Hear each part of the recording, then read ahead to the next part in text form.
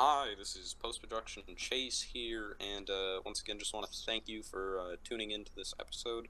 Sorry if there's any sound problems or technological issues. We're figuring this out as we go, but we greatly appreciate your patience, and once again, hope you enjoy. Hi, this is Chase from C&C Commentaries, and today you're listening to C&C Movie Breakdowns, and I'm joined alongside Fernando.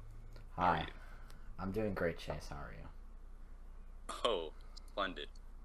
Um, and today, for our first episode, we are going to be talking about the social network. Um, but I think before we get into that, we should probably give a brief overview of why we decided to do this show and just what the hell led to our minds doing this. Why are we tormenting ourselves? Well, me and you would watch a lot of movies together, and That is a fact. yeah, and we definitely talk about movies a lot. It's like the majority of our conversations are about movies. So me and you figured, why not share them with the world? If we're gonna be talking about them, why not just make them public? Might as well hit record. Yeah, might as well hit record. Um, Yeah, and I think it's going to be a lot of fun. Well, hopefully it's a lot of fun, and hopefully people enjoy listening to it. I think we kind of, you and I, we have two different sides of a coin when it comes to film. Yeah, you're definitely the film aficionado out of the two of us. I don't know if I'd go that far with aficionado, but I definitely between the two of us know a little more, and I think it'll be interesting when we're watching movies and you know, one of us might have that first time watch, another one might have seen it a few times, and we can like the difference in reaction. I think will be interesting. Yeah, it's definitely going to be interesting. I guess without further ado, let's dive into the social network. All right, so The Social Network is a 2010 movie directed by David Fincher that tells the story of the creation of Facebook, and it stars Andrew Garfield as Eduardo Saverin and Jesse Eisenberg as Mark Zuckerberg, our two lead characters. And this movie was very well received by critics, and it's made in 2010, so it's almost, in fact, we're pretty close to the release of this movie. It was only 4 days ago to the date. So Yeah. Yes. it's going to be interesting to be looking at this movie 10 years later. Hopefully a nice little retrospective to say. All right. I guess without further ado, let's just get into it. What do you think about the opening scene and how that kind of sets a tone for throughout the whole film? I think this movie's opening scene is very good because it first of all shows us that Mark Zuckerberg both thinks of himself as very intelligent and he's kind of a jerk. This movie's opening scene does a great job of showing us that Mark Zuckerberg he doesn't really care about other people's feelings. Yeah, like you can tell in between his conversation with it's Jesse Eisenberg as Mark Zuckerberg, and then Rooney Mara as Madeline Albright. Or excuse me, not Madeline Albright. Uh, Erica Albright. Not the former Secretary of State. Yeah. But they're talking, right, and Right. you can tell he's like not really listening to her. Mm-hmm. He's listening to what he wants to hear and responding to what he wants to respond. But I think it sets him up very well early on. Like we know this guy doesn't really care for other people, and he's already we perceive him as a jerk or a douchebag. So to say. Yeah, and he comes off with this kind of pretension because one of the first things he mentioned is that he got like a perfect score on his SAT. And yeah, and he doesn't even dwell on that. I think it's just like why didn't you? He's trying to get into a final club. Yeah, And then he later, when they're fighting, he later insults her intelligence by insulting the college she goes to. He's a Harvard Yeah. student and she goes to a different university, and he definitely looks down on her for that. Well, and the 1600 on the SAT is relevant because he's talking about, like, how do you change yourself in a world of other people who are all the same as you, and it's like him, the 1600. Yeah. But he's trying to talk about a lot more, and she's still stuck on the whole SAT stuff. Yeah. And And then we get that great line from her at the end. yeah, and I feel like one of the most important lines in this opening scene is uh, Erica. She tells him after she breaks up with him. She tells him like, "You're gonna think that girls don't like you because you're a nerd, but it's really because you're an asshole." Yeah. Now that's a very important line because Mark Zuckerberg is an asshole, and I don't think he sees himself as that. Yeah. Well, I don't think maybe a little bit he sees himself as that, but Yeah. like, and another thing we have to say right off the bat from just this opening scene is, we are already ingrained in that Aaron Sorkin, great dialogue, Yeah, indeed. and like even what he like. Yes, there's a lot of his scenes are very wordy, but he also like incorporates those like natural pauses and uhs and like in between stuff, and it makes it feel more natural, I think. Yeah, it definitely feels like this could be a real conversation, almost as if it was taken from a transcript or something. It probably was very close. Yeah. And adding on to the opening, like, what's the opening part of this movie? After he gets broken up with, he goes back to his dorm, and a good thing I like about the scene where he's going back to his dorm is the cinematography, where he's running across the Harvard campus when it's like 2 in the morning. It's super dark out, and I think it's just shot very well with these like wide shots. I think Fincher does that very well. Yeah. His films aren't like vibrant and colorful. He's very somber and dark, and sets the tone. Yeah, and that's something that this film is very good at, and David Fincher especially. He's very good at setting tone throughout an entire film, using small things like shots and lighting.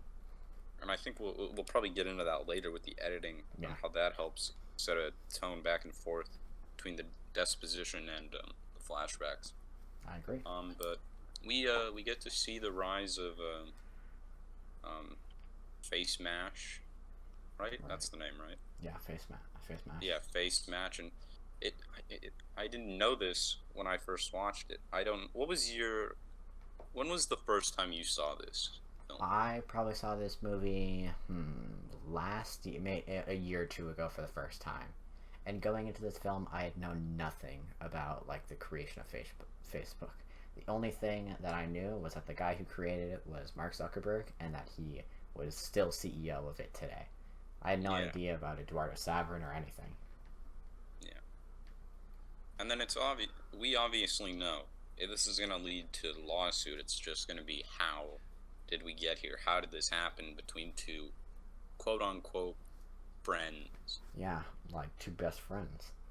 And I mean, I think that that's something this movie does very well.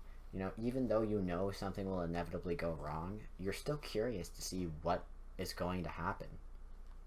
oh yeah, I think it never fails to grab your attention. Yeah, this movie still has stakes, even though you know eventually something bad is going to happen. Well, yeah, because again, it's all just that question on how it happens. And I didn't, when I first watched this, I didn't know that Facebook started out as just basically, I guess what Tinder is now, comparing to people or like swiping on people. But this one's more explicitly just, oh, is this girl hot or not? It's basically just objectifying women, Yeah. I guess. But yes, that's a bad thing to do, and Mark is very responsible for having that. But you see the scene of the college girl getting ready and lining up for like the bus, So Right. it's also them.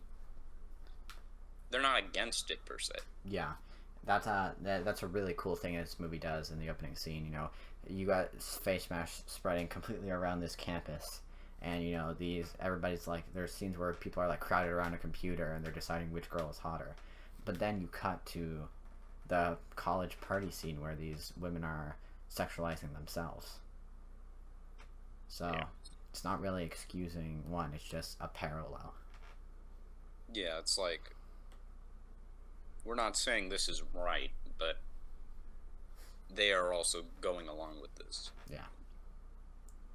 Um, and I guess, as you said, that like rise of face mash, and I feel like that's something throughout the whole movie. Is Mm-hmm. it never slows down, really. Once it gets going, it just keeps building and building and building, and I think that's Yeah. obvious to the very rapid rise of Facebook to what it is even today, past when this movie came out. Mm-hmm. So tell me your thoughts on the introduction of the Winklevoss twins, played by Armie Hammer. First of all, Armie Hammer's performance as them is pretty good. I don't know how the CGI works, but there's two of them, and I think that's pretty cool. And They just cloned him during the making. Yeah, they just cloned him. I think that you know his introduction as like they're sitting around, and this was after Mark Zuckerberg got like in trouble for face smash, and they saw how this thing exploded overnight, and of course they had just lost their programmer and they needed a new one, and so they. I mean, Sorry, go. I don't really think we'd be there if it wasn't for The Winklevoss the twins. Winklevoss twins. Yeah. So they see literally because he took it from them, but seeing how this thing like exploded, and then they have an idea for like an exclusive Harvard like social network, and then they try to bring him on or recruit him. So I think their introduction is good. You know, they come off as they're kind of these jocks, but they also are intelligent. Mm-hmm. They're trying to make business ideas, trying to make some money. And the two different twins, I think, are very different in terms of character. Yeah. I mean, we see that when it's like when they go and talk to the dean, and they don't want to sue because like one of them doesn't want to sue because like quote unquote, oh, we'll be breaking Harvard tradition and we are gentlemen. Yeah, he says like we're the gentlemen of Harvard. We represent The this finest, quote unquote. And the other one is like really, really anxious to sue because he doesn't want Mark Zuckerberg's Facebook, or the Facebook as it was called back then. He doesn't want it to like roll out of control, so they can't stop it. Oh, and he wants to beat up Mark. Yeah, he does. And rightly so. I mean, he took his idea, their idea.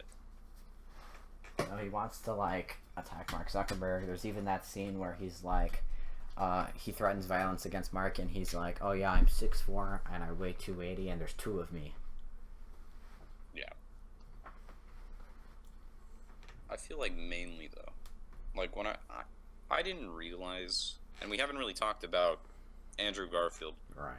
which we should, Mm-hmm. because I feel like, and I think we both agree on this, he's the best performance in the movie. Yeah, he is definitely the standout in this movie. And honestly, I think this is more Eduardo's story than Mark's. Yeah. And mainly, I think it's about their friendship. Mm-hmm. If I'm being honest. I think this movie more represents the crumbling of a friendship, and how greed can corrupt people. Yeah, and like how one person can take advantage of another. Yeah, because for the majority of this movie, Mark Zuckerberg is exploiting Eduardo Saverin. I mean, there is no mostly. That basically is what it is. We never see them having like just a conversation. Whenever Mark talks to Eduardo, it's about business. Yeah, in fact, in their very first interaction in the movie, Mark Zuckerberg is like drunk and he's blogging about how how bad he feels that Erica Aldrich broke up with him. And Eduardo Saverin walks in to check on how he's doing, and the first line is like, "Hi, Mark. Are you okay right now? I know you just got broken up with." But then Mark immediately jumps to like, I need this algorithm that you made to help create this website. You can tell Eduardo cares about Mark at the start and about the company. Right. And then as, things go on and he has to, like, leave to New York and get, like, for advertisers and things start happening without him, you can tell he just wants to feel as part of the company. Yeah. And that's how, like, every single one of their interactions go. Eduardo reaches out as a friend, like, he wants to see if Mark is okay emotionally, but Mark just gives him, like, the cold shoulder and be like, he uses Eduardo Saverin for his money to start up the company. Like, yeah. I mean, and that's basically all it is. Yeah. As close as Eduardo might think they were, I don't think they ever really were. We touched on it briefly earlier, but the editing in this film is I think so well done. Yeah, and it won an Academy Award for its editing. I think it was well deserved. Yeah. Cutting back and forth between the flashbacks and the disposition. And how it sets that tone. It sets it very well, and it's just the way it's done timing wise is very well. You have two timelines in this movie. You got one that takes place in 2003 with the actual creation of Facebook, and you got one that takes place, and it's the disposition where Eduardo Saverin and the Winklevoss twins are suing Mark Zuckerberg. And I think it helps us never forget that we are hearing from two different people. This could have like a kind of unreliable narrator effect of, like, Eduardo can go off and say one thing and we could have just seen like a 20-minute scene, but then it could just cut in and Mark could be like, nah, fuck that, none of that ever happened. Yeah, exactly. So it's kind of, we're getting these two different perspectives. Definitely.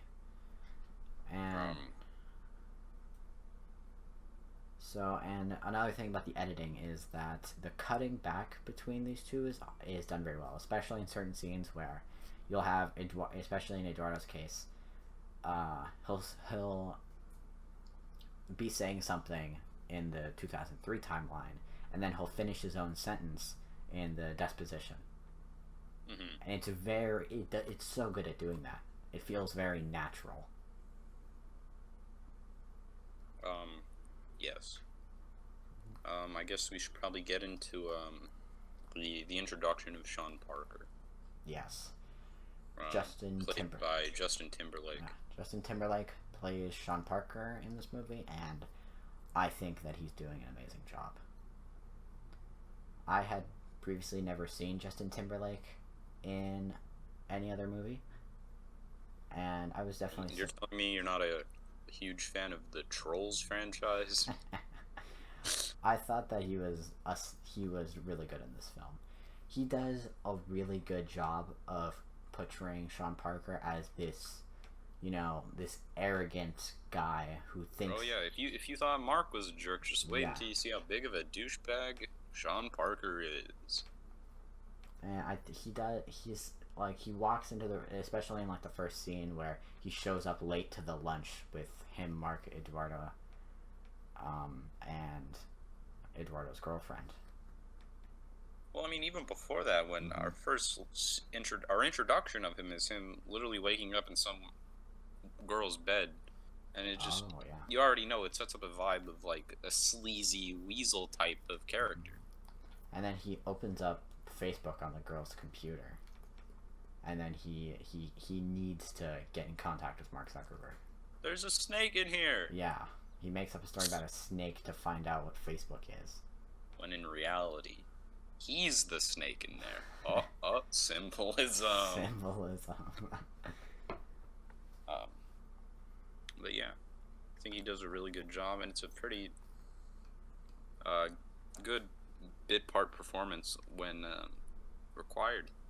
Yeah. And I think I should also say, like as Rooney Mara plays Miss Albright at the beginning, and we have Brenda Song in there, who Yep. you might know from like Sweet Life of Zack and Cody, and Wendy Wu, Homecoming Warrior. She's in there. We get a Aaron Sorkin cameo. It's Hmm. pretty neat.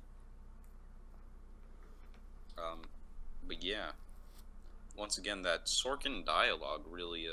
Yeah, it is This is what the film amazing. is, because the film's not a lot of action, The and film actually has like no action in it. Has like zero action. The film is 100% dialogue, and I feel like this dialogue is so great because there's no moment in this movie where you are like bored. All the dialogue is done so well, it keeps you invested, it keeps you intrigued.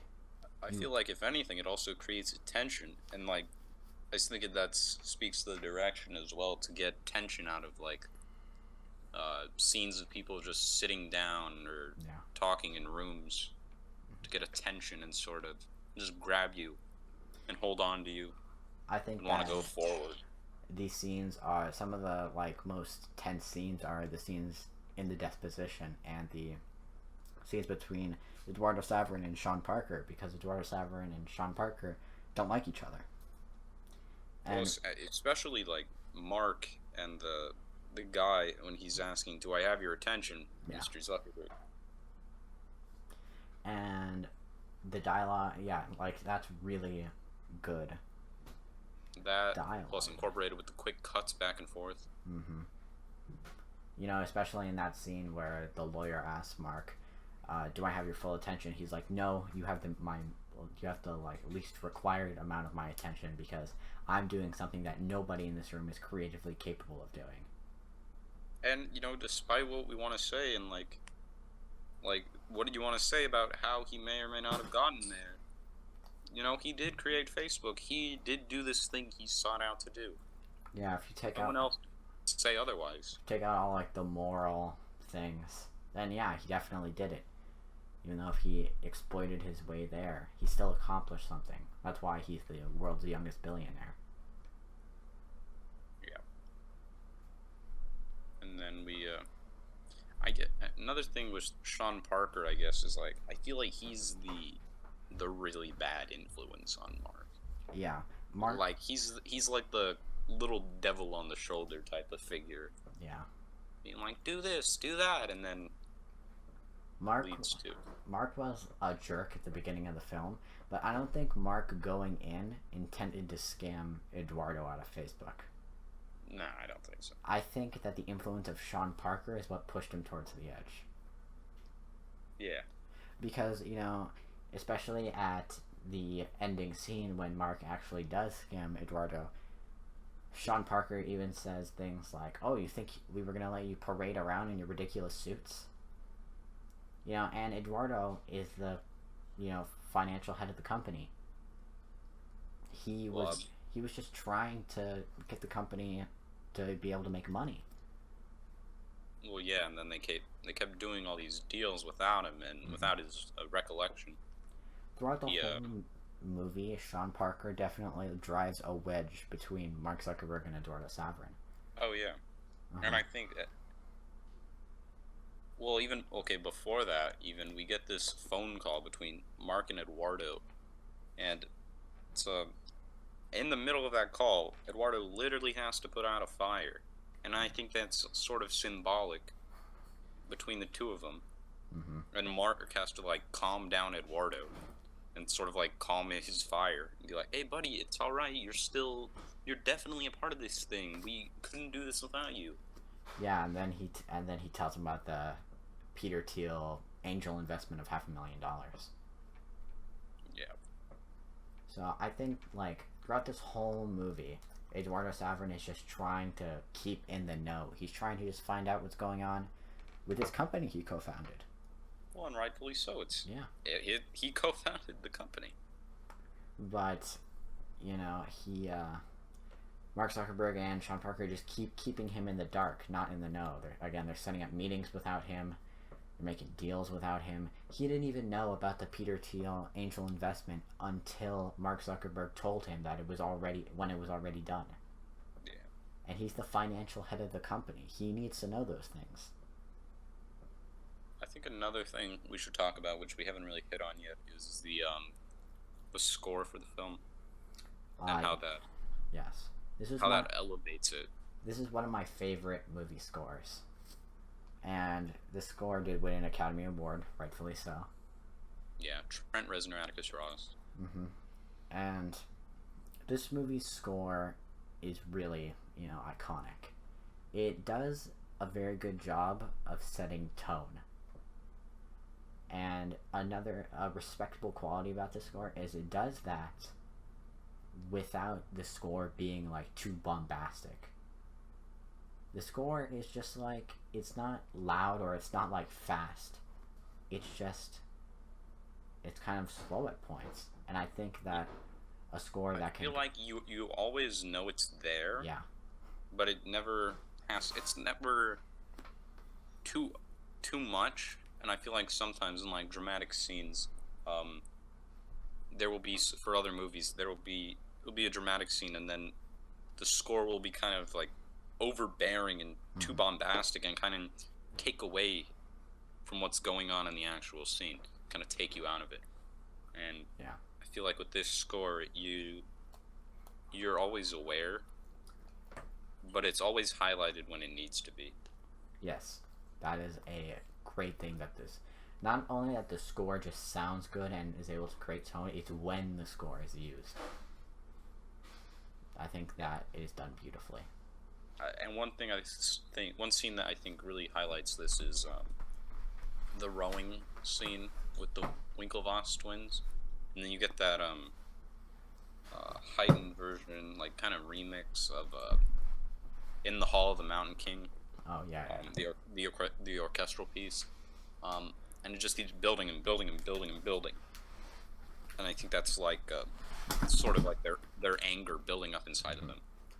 Yeah, especially with all those quick cuts and close-ups to the rowing scene. Because, in this movie is not about the Winklevoss twins rowing. We don't care about this boat race.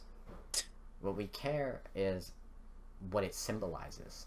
Again, you said I don't know. I might want to see that 2-hour cut of just them rowing. Winklevoss rowing. Yeah. So we don't care about the boat race. We care what it symbolizes. And you made a good point when it said it symbolizes their anger. Well, yeah, because you hear it, it just keeps. And then just keeps building and building. Yeah, the score just keeps like going faster and faster and faster. And in the end, they lose the boat race. Well, and I think that's also kind of poetic, because in the end, no one's talking about the Winklevoss twins today.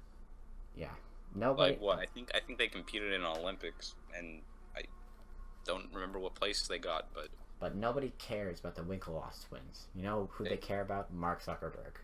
They lost the race of Facebook as well. Yeah.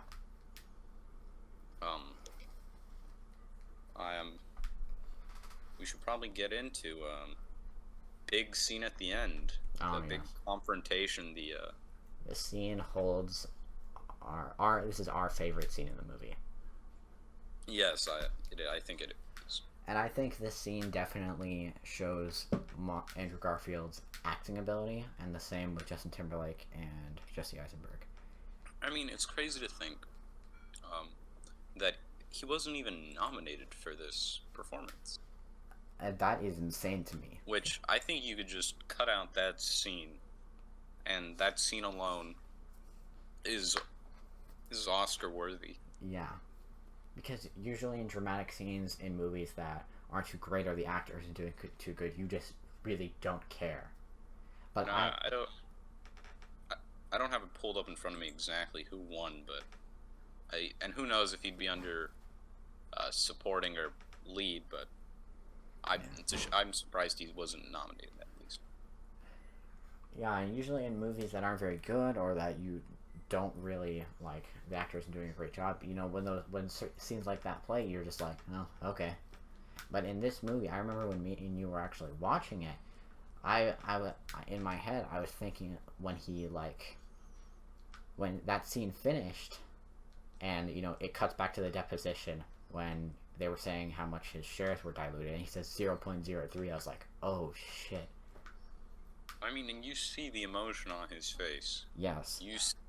I feel like you can see him like trembling and like swelling up with anger. You feel that coming off the screen. Andrew Garfield did an amazing job in that scene. I think some credit needs to go to David Fincher, because an actor can't just look at a script and see like the scene playing out. No, the director has to get in with them and direct them. I think Andrew Garfield, with David Fincher's help, also communicated body language very well. Like you said earlier, his posture in that scene. He was trembling. It seemed like he was trembling, and the whole movie has just been Eduardo Saverin getting frustrated that he's being kept in the dark, frustrated that Mark is exploiting him and using him. And sorry, go. Oh, that was perfect. I think because he knows, like, no matter what they do, and he says this, they can't take away the fact that he is a co-founder of Facebook. Yeah, and he knows that will very well probably get at Mark. Because I feel like Mark, once he didn't need Eduardo's money anymore, he just wanted to throw him away. Sean Parker implanted these like seeds of doubt with him, and that Eduardo wasn't even doing anything, and that he was just wasting time. And I mean, in reality, they were just wasting his time. But is that his fault? They're wasting his time. No. I mean, it is their fault, but like, you know what I mean. Yeah. And it's just, that scene is just amazing. Yeah. He starts to yell at Mark, and again, the acting just blows me away. And then it cuts back and forth between Mark's reaction or Sean's reaction. Yeah, there's actually, as I mentioned earlier, a really good cut where, first Eduardo Saverin points at Mark, how much were your shares diluted, how much were his, when he points at Sean Parker. And then it cuts back to the deposition, and then the lawyer lady asks, how much were his shares diluted, how much were his shares diluted. And then when it comes back, she asks what his shares were diluted, he says it, and then it cuts back. And Eduardo Saverin looks devastated. That is amazing. Yeah, and I think even at the end, when that scene is over, he's above Sean. And in a sense, Mark, Sean comes at him, he's like, hey, got this check for you. Yeah. Oh, but also, fuck you, it's out of the account you closed. But I feel like Eduardo is still... I feel like he intimidates Sean very well. Yeah, and that's why Sean flinched when he went to go, fake punch him. And this directly leads to right afterwards the downfall of Sean and the removal of him from the company. Yeah. And, like once again, he's like that agent of chaos in that moment. The agent of chaos. He's like that's not necessary. This is already going poorly. And then just an extra fuck you to Eduardo. Oh, here, you want this check? You can't. Yeah. You're not gonna be able to cash it. I feel like a good point that this movie makes is that Sean Parker acts like this big man. He acts like he rules the world. He acts that when he created Napster, he screwed over the record company, but in reality, the courts beat him. And then when they scammed Eduardo out of his company that he co-founded, he has the gall and the arrogance to try to give him some of his money back that he put into this company. And the only reason he froze that account is because Mark and Sean would not listen to him. He says earlier in the movie, he talks about how much he's changed the music industry for better or worse. Who's to say? But I think that's like the same thing you could say about Mark Zuckerberg now. So many things have been said about him, and like privacy stuff with Facebook, yada yada. Mm-hmm. But it's like the same thing, you know. Despite what you want to say about Mark Zuckerberg, he's changed the way social media and things are done. Yeah. And yeah, and then at the very end, it's shown that Sean Parker is a weasel. You know. Well, I think it's shown throughout the whole movie. Yeah. He's a little weasel, but especially at the part where after he takes that check, Eduardo goes to fake punch him, but then he flinches back. You know, he is truly just scared on the inside. Yeah. Well, he's just hiding. He's basically just hiding behind his money. Mm-hmm. I think that's great. What do you think about the juxtaposition between the first scene and then that very last scene of him just sitting there refreshing the page? Yeah, I think that the first scene and the last scene are set up very well. Because the only reason that Facebook was created is because, you know, he got upset that he got dumped. So he got drunk and he started blogging, and then he created FaceMash. And that directly led to the Winklevoss twins recruiting him for this idea that he stole to create Facebook. So and in the last scene, I think that he's actually showing a bit of regret. Yeah, I mean, I think it's tough because I don't know if Fincher's like wanting us to necessarily feel empathetic with him. Yeah. Because he's done shit stuff throughout the movie, as we've seen, but I think this is kind of grounds him and makes us understand, like, this guy is still a human. Yeah, it definitely humanizes him a little bit.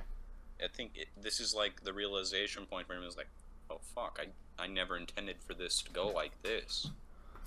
Yeah, I definitely feel like he if he could have gone back, he would have changed some things. He realizes, like, I've done some messed up stuff. I don't have this girl. My quote unquote best friend is gone, and I think it's like that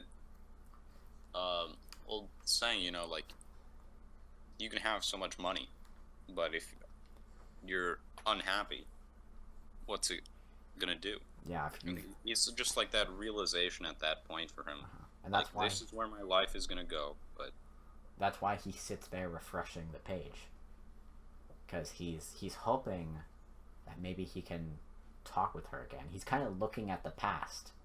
Yeah, I think he just wants to go back to the past. Yeah.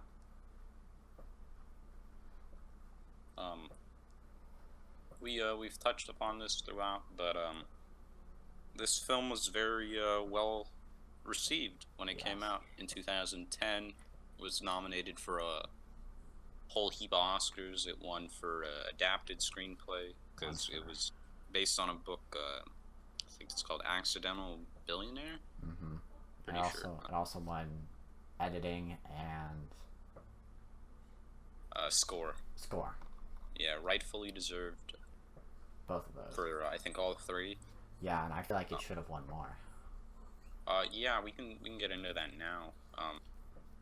I think looking back on it, I don't want to say mistake, but very surprised. I feel like this holds up a lot more than like the King's Speech. Yeah, I personally have never seen the King's Speech, but based on what you've told me, and you've been on record saying this movie is boring. Well, I mean, and you know, everyone's opinion will differ, but I feel like The Social Network, has a lot more. It's a lot more relevance. It's got a lot more to say, I think. Especially then and now, and I feel like it's only just gonna hold up to time even more. Yeah, I don't think a lot of people are talking about the King's Speech now. Yeah, they're not.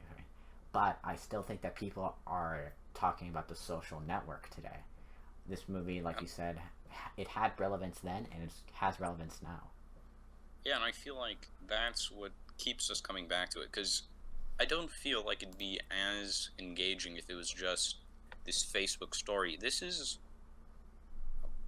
about people. This is about friendship. This is about how stuff can corrupt us. This is a movie about two, like a friendship that got corrupted, a falling out. I mean, and it's Yeah. like, yeah, I personally think like Social Network or like I don't know, maybe Inception should have won that year, but I feel like out of everything that was nominated, this holds the most in terms of like check all the boxes. Yeah. This then and now. And I feel like this movie is I, still going to have relevance. yeah, I feel like this will only Get more relevant. get stronger. I feel like people are still going to be talking about this movie in 2030. Probably. Yeah. If we're still doing this show by 2030, we'll do another episode on it. We'll do a retrospective. A retrospective on the retrospective. Yeah. Um, but yeah, This. I guess should we give out our Our rating. closing thoughts and Yeah. ratings? So, would you like to go first for closing thoughts? Sure. Okay. Overall, I think it's one of Fincher's best, and this movie is often regarded as one of the best films of like the 2010s. And while I don't have like my personal list or anything in front of me, I haven't made one. I certainly understand why this would be at the top or close to the top of someone's list of best films of the 2010s, and how it holds up as a sort of modern masterpiece. Yeah.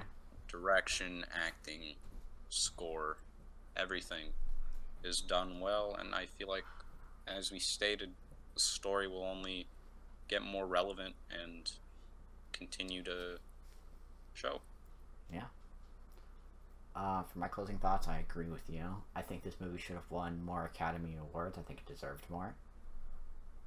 I think this movie is one of my favorites, and I think that it goes through the entirety of like all aspects of film, like direction, acting, cinematography.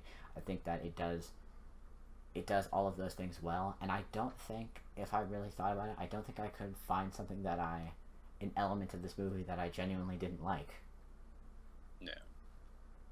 Like, I feel like it's the kind of movie, because this isn't like well, at least for me, this isn't something I just, throw on randomly, I Yeah. feel like this is the kind of film where you gotta sit down and digest This movie what's going.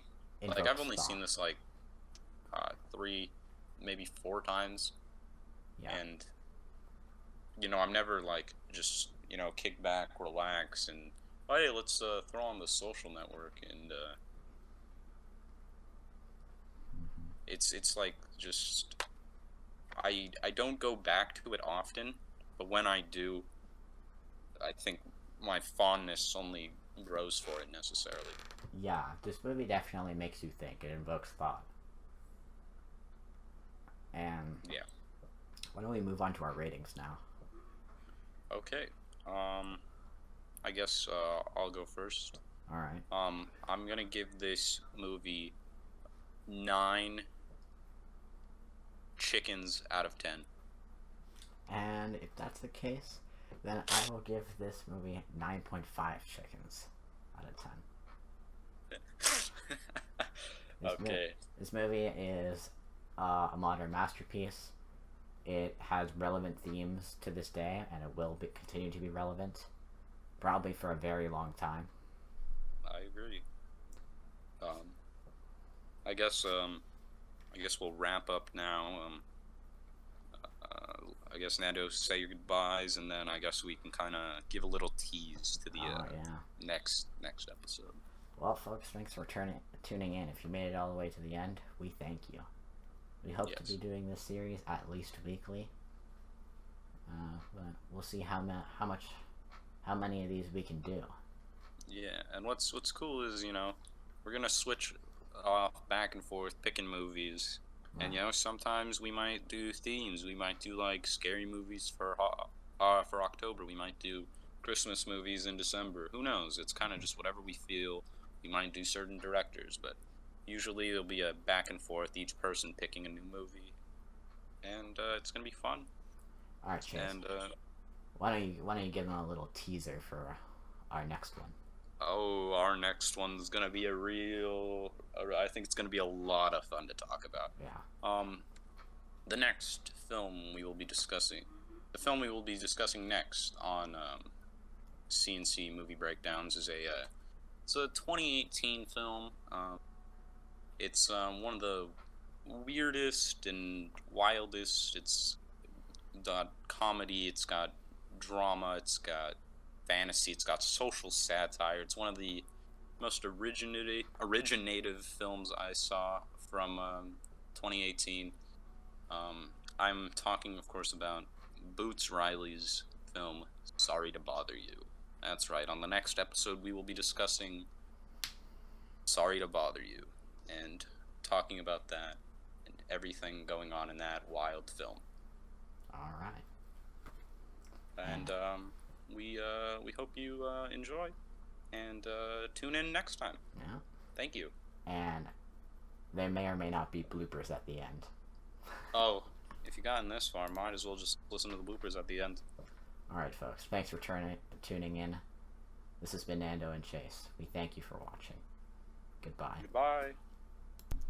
Hi, this is post-production Ando, just letting you know that the next clip that you're going to be watching is a little blooper that me and Chase recorded, where we dubbed over our favorite scene in The Social Network.